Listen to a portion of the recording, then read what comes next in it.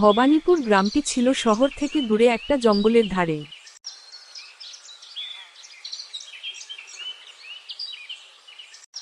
গ্রামের সকলে সুখে শান্তিতে বসবাস করত। গ্রামের পাশে ছিল একটা দৈত্যের বাগান। গ্রামের মানুষেরা সেখানে যেত না, আর দৈত্য ও গ্রামে আসত না।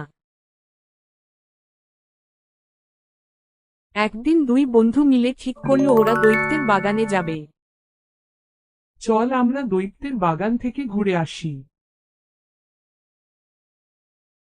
কখন যাবি বল? কাল যাব, কিন্তু তুই কারোর কাছে কিছু বলবি না।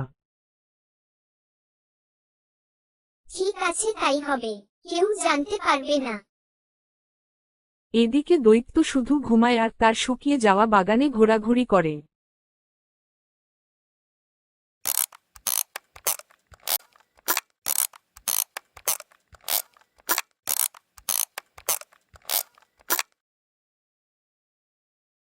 কি রে, তোর আসতে এত দেরি হলো কেন? আর কিছু বলিস না, এবার তাড়াতাড়ি চল।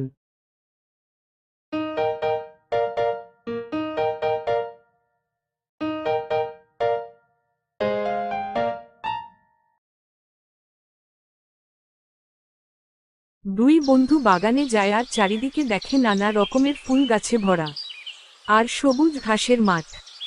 ওরা দৈত্যের বাগানে কিছু সময় কাটালো, কিন্তু দৈত্য তখন তার ঘরে ঘুমাচ্ছে। চল আজ চলে যাই, কাল আমাদের সব বন্ধুদের নিয়ে এখানে খেলতে আসবো। চল, কাল সকলে মিলে এখানে এসে খেলা হবে আর অনেক আনন্দ করা হবে। এই কথা বলে দুই বন্ধু বাগান থেকে চলে গেল।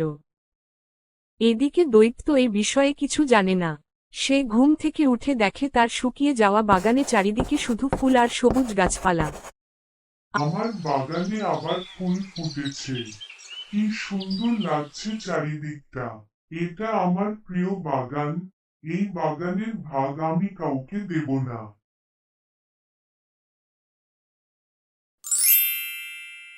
চল চল, সেখানে গিয়ে আমরা কত খেলা করব আর আনন্দ করব। ঠিক বলেছিস, তাড়াতাড়ি চল সকলে।